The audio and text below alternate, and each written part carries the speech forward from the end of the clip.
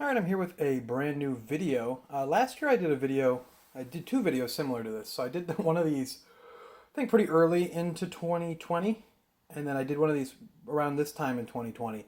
And this is a video of the 10 most valuable games in my collection. I do want to preface this by saying that I don't intend to do this as like some kind of wealth flaunting or any kind of bragging.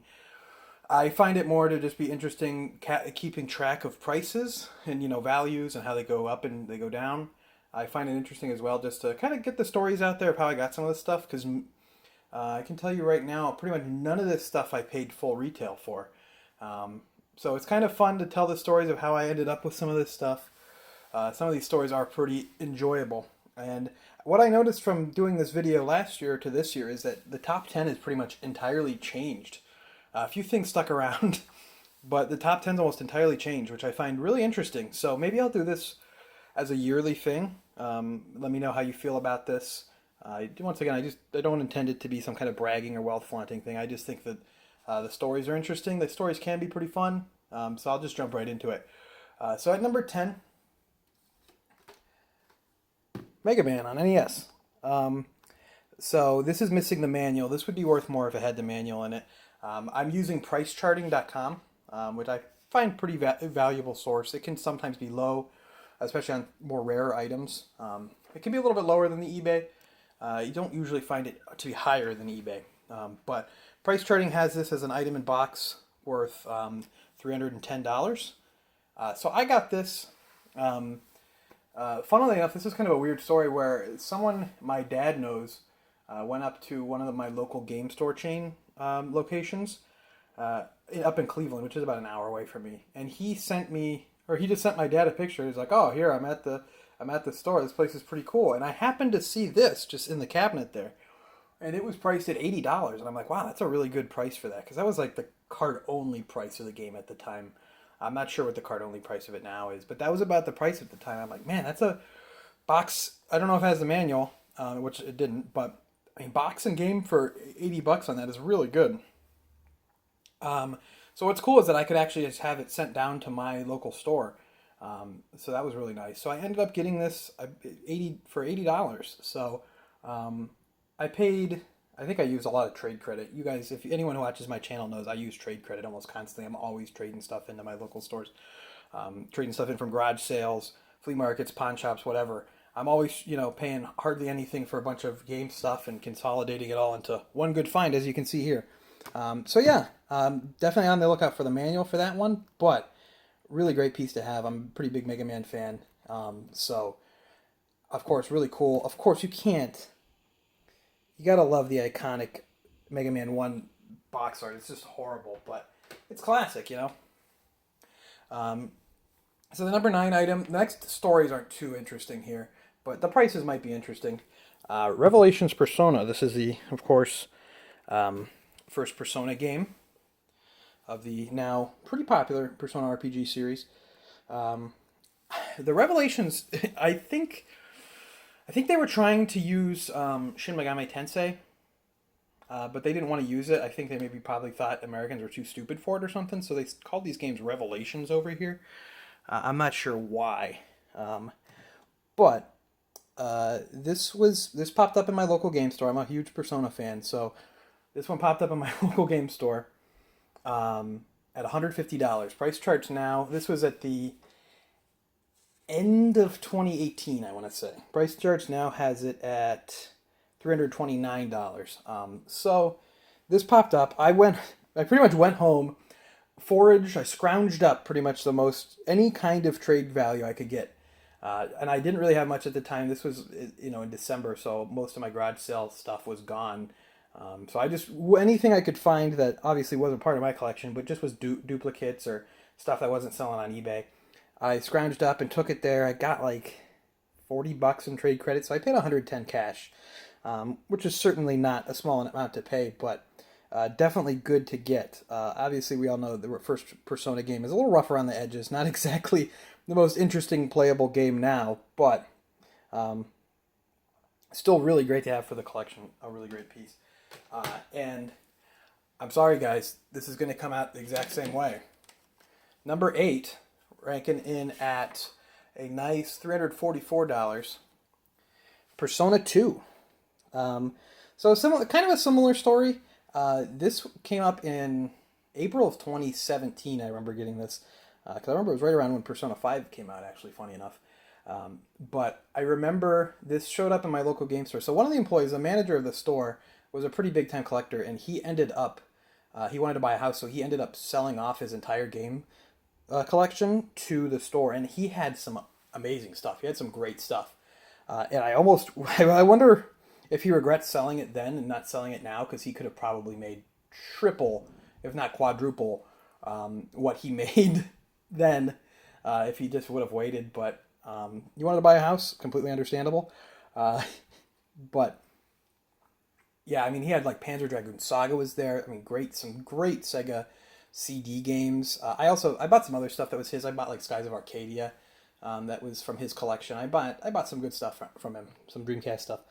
But this one was at $90, I believe, which is crazy to think now that it's at $348. But this was at 90 or 344.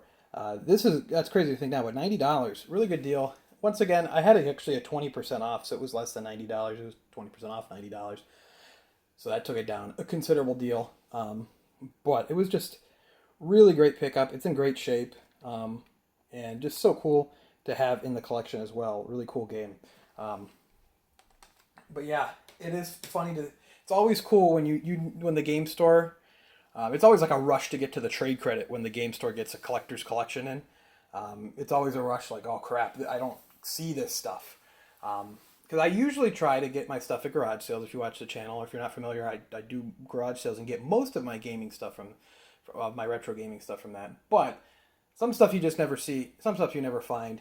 I would never in a million years find Persona 1 or 2 at a at a garage sale. But that's why we're bundling stuff in, buying lots, buying a whole person's collection, and then usually what happens is I buy a person's collection, keep the stuff I want, sell the stuff worth selling on eBay. Anything less than maybe about $12, I put in a trade in. The trade-in stuff's essentially paid for because I get my money back from the eBay sales, and I count a lot of this stuff as free because that's what it is with trade credit. So that's how I do it. Not rich by any means, at least not on purpose. If you count video games rich, I guess, but I don't know why you do that. Let's get to a fun story now. This is a fun one. This is actually a pretty recent one too. This is a pickup video. Only from about May? This was at a garage sale. I walk up. They didn't have like anything video game related out really.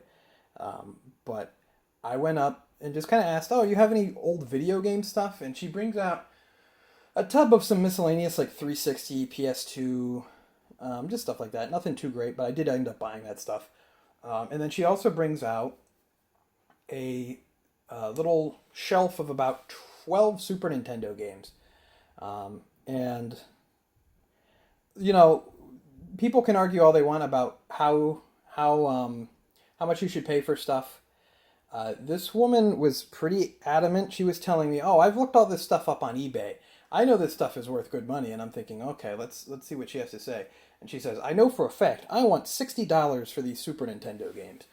And I don't think I could have possibly pulled out $60 any faster than I did. But yeah, I mean, Earthbound was in there. This is the only copy of Earthbound I've ever come across like that. I've seen, them in stores and at conventions and stuff, but this is the only copy I've ever come across like that. And that's really cool. Earthbound comes in at $349. Price Chart has it at the time of recording. And it's so cool to have a cartridge. It's so cool to finally have a copy of the game. This is actually probably my most wanted game for a long while. Pretty much since I started collecting in 2011. I remember playing Smash Brothers Brawl and thinking that NES was pretty cool and wanting to play Earthbound. And it's cool to finally have a copy, for the Super Nintendo. Really awesome. But yeah, I mean it was just a good lot in general. I mean, there was like Link to the Past was in there, like Mario World was in there, Donkey Kong Country. I mean, it was what equated to about $5 a game, and then I sold some of those games and made my money back and made some money. So I mean, I count this as pretty much a free game with how it works. Really great find, really fun find. Check out that pickup video. That is probably, I will link it up in the card right above. That is probably my best pickup video of all time. Some of my best stuff I've ever found. It just some of my best days of garage selling ever. I had 2 days where I just found some stellar stuff. But I'll move on from Earthbound now. Kind of a weird one here. I don't usually do eBay very much, but this was back from 2013. I was doing eBay a lot more. This is when I started collecting in 2011. I really started going pretty hard into it and started learning my stuff in about 2013. And I was on eBay and I was getting into RPGs, and I found an eBay PS2 lot. I just got a PS2 at a garage sale. I never had one when I was a kid. A PS2 lot of RPGs that contained the Xenosaga Lenticular. And it was an auction. It wasn't even very, hotly contested either, which is weird. And it had, like, all 3 Xenosaga games. It had, I'm trying to think, some good stuff in there. It had Dragon Quest 8, Final Fantasy 10, 12, all those. It had, I can't remember. Like, a lot of my good PS2 RPGs came from this, and it was like $50 for this whole lot. I ended up winning the auction for it. It was crazy. Some really great stuff in here, and this Price Charts has this at $367 value. Correct me if I'm wrong. If anyone was around back then looking for games, I believe that the lenticular cover was Best Buy exclusive for Xenosaga 3. I'm not entirely sure. That's what I've seen online. If anyone knows in the comments, let me know. But great thing to have in the collection. Big fan of RPGs. Big fan of the Xenoblade series. I'm going to be honest, guys. You might hate me for this. I tried Xenosaga 1 and it wasn't really for me. Maybe I should go back to them because I've heard great things, but it wasn't really for me from what I played. But anyway, yeah, Xenosaga 3, interesting find there. That was a great eBay find. That's the only, I think, eBay find from any of these. But let's see here. If this next one, I'm looking at my list here. I actually went out a little order. That's actually number 5. That's not number 6. That is actually number 5 on the list. Doesn't really matter too much. This one is maybe the second least interesting story. But Devil's Third. This is a game. It was supposed to originally be. This is from Itagaki from Koei Tecmo, Dead or Alive, and the more modern Ninja Gaiden games. He started his own game studio called Valhalla Game Studio, and they had this game. It was going to come out for PS3 and 360, and be published by THQ. And then the original THQ went bankrupt, so Nintendo, for some bizarre reason, picked this game up, and had it be a Wii U exclusive. And the game is not good by any stretch of the imagination, from pretty much anyone's opinion. It is not a great game. So Nintendo America almost didn't release this game in the United States, but some people on Twitter kind of got mad that they said they were going to. So what Nintendo did was they put out what was... I've seen varying reports, anywhere from 700 to 3,000 copies of the game, pretty much only at GameStop. I guess to fill out pre-orders, and then that's basically it. I'm sorry, not only at GameStop, but to fill out pre-orders that came in. I think the only time it showed up on store shelves was in GameStop. But if anyone picked this game up back in the day and can shine some light on this, please let me know. But that's from my understanding what happened here. I don't want to speak out of turn or make anything up. So people were kind of mad then, and then they put it on the eShop, obviously, for anyone who just wanted to download it and play it. But people were kind of mad that this game pretty much got no release. So Nintendo, exclusively to Amazon, put the game up again. I don't know why. But the thing is with the Amazon thing, if people are familiar with Amazon, and I'm not sure if they do this now still, if something's not really selling too many units, it starts dipping in price. And then if it hits a certain threshold, it starts going back up in price. I don't know if they still do this anymore. I haven't seen it for a while. But this was continually dropping from $60. Like 2 weeks later, it was down to like $40. And that's when I was just like, you know what? I will pick this up for $40. Because I know that this is going to be rare. In the United States, North American copies, I would comfortably say there's probably less than 10,000, but if I would love to hear if anyone knows anything more, anyone knows anything else, or any kind of definitive numbers or anything more to the story, because it's kind of just a weird, shady story, and I'm sorry if I got anything wrong about it, but very, very fascinating, very, very interesting, and I have it in a case because I kept it sealed. I was like, you know what, I don't want to play this. If I want to, I'll just buy it on the Wii U eShop and eat the $60 or whatever it is. And if I really want to, for some reason, play Devil's Third. But I am a Wii U collector. I am trying to get the full Wii U set. And that's probably the hardest one to get. So it's just good to have it out of the way. So yeah, I did go a little out of order. But we're at number 4 now. This is a funny one. This is a great one. So this is a copy of Super Mario RPG, complete in box. There was a game store. It's no longer there. And I don't know how this game store stayed in business. Their prices were awful.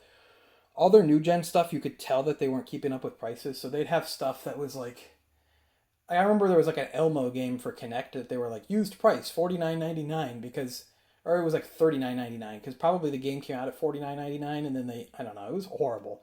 Really bad store. The guy who ran it was really nice. He wasn't, I think he was just a manager. He didn't own it or anything. The guy who owned it, I think, was not so great. But that's beside the point.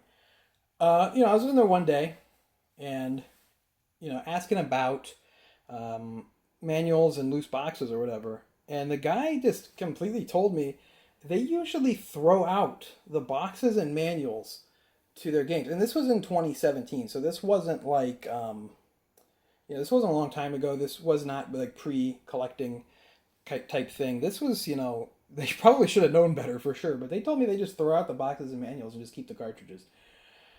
So he brings me out this big box of empty boxes for N64 stuff and Super Nintendo stuff, and he was selling them to me for anywhere from between like $1 and $3 a piece. I think he had 3 on this one because it was a Mario game. No complaints there. So I got the empty box from him. I cannot believe that they throw their boxes away. I don't know, but they stopped doing it towards the end, just so everyone knows. But and they're also now just gone completely, so it doesn't really matter in the end. But I ended up just going then to my local game store. I had a 20% off, and they had a copy of the game for I think like $50, $55. I ended up just picking up that copy to complete it.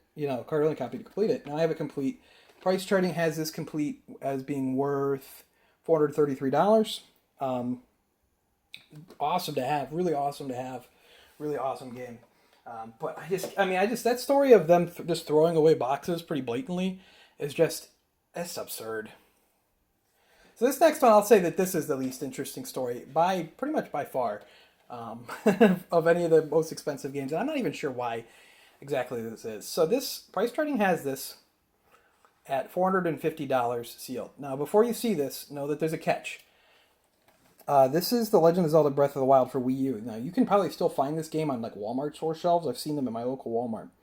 However, this is the first print, and the reason that you know that it's the first print is because it has all these controllers that are not supported. The game does not support Wii Remote and Nunchuck.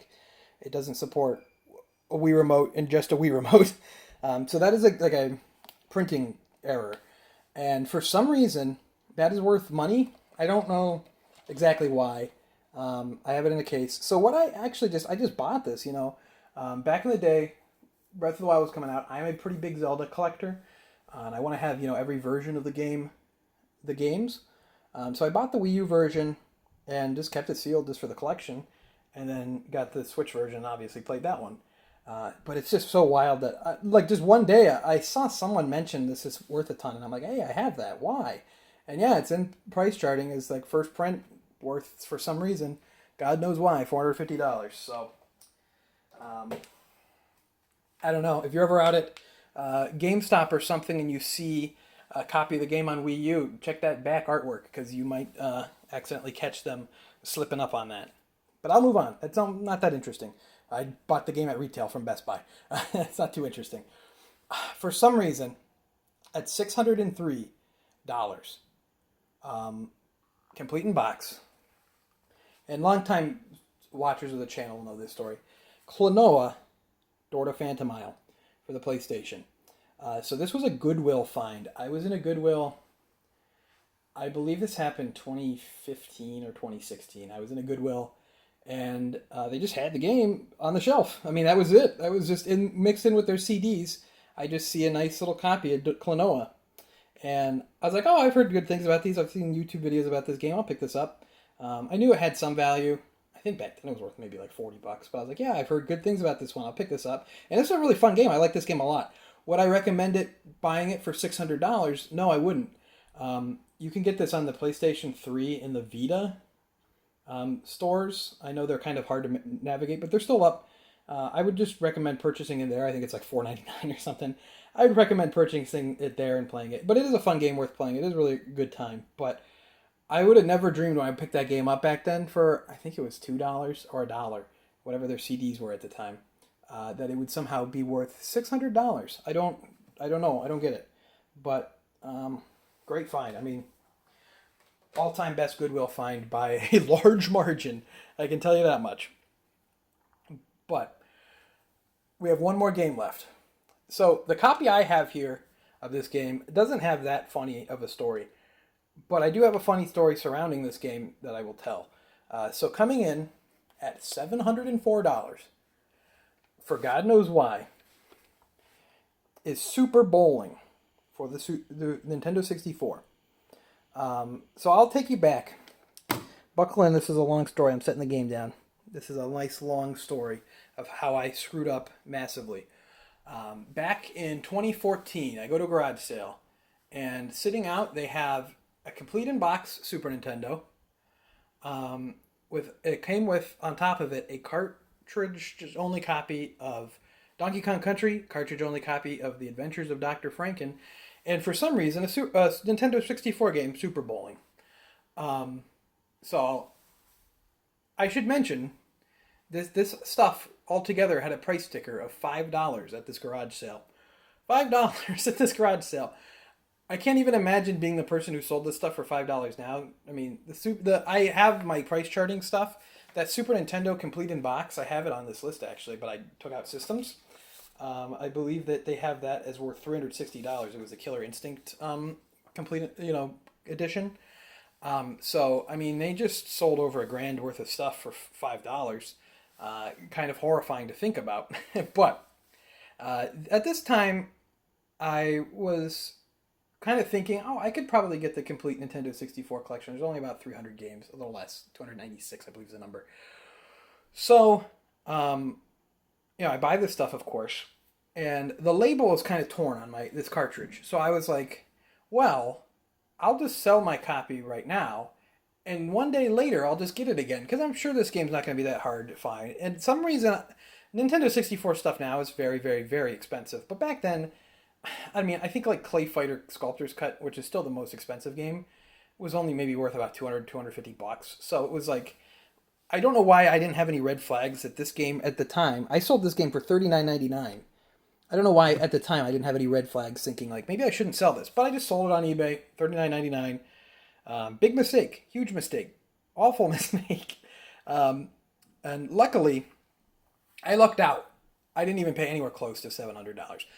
So what happened then, this copy here that I have now popped up in my local game store. I know you're probably sick of hearing it.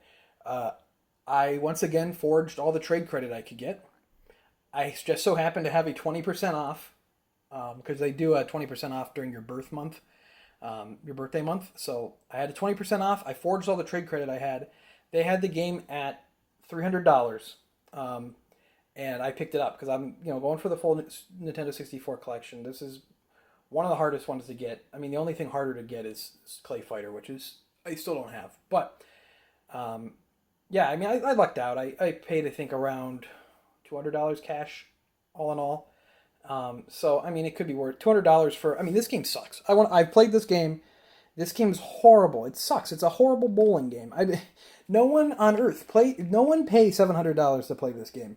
I would say don't even pay $700 to collect this game, really. But, I mean, it stings to pay $200 for a crappy bowling game. But, I guess if you pay $200 and then I only bought this right before the pandemic started, actually, right in like February of 2020. So I only bought this a little over a year ago. I mean, that just shows you the COVID spike right there. that it went up went up in value $500. But that's it for this video. A little bit long-winded. I hope you enjoyed it. And if you want me to do this like a yearly thing, I think it could be fun. I mean, some of these games were in the video last year, but most of them actually switched out or changed out, which is cool. But other than that, I'd love to hear what your guys' most valuable games are and how you got them. So leave a comment down below. Don't worry if about bragging or anything. I don't care. I like to hear fun stories. I like to hear about cool stuff you have. I won't think it's bragging or anything. Subscribe if you're already subscribed. Follow me on Twitter at AbjoGaming. Leave a like if you enjoyed, because that really helps out a lot. And until next time, I want to thank you for watching.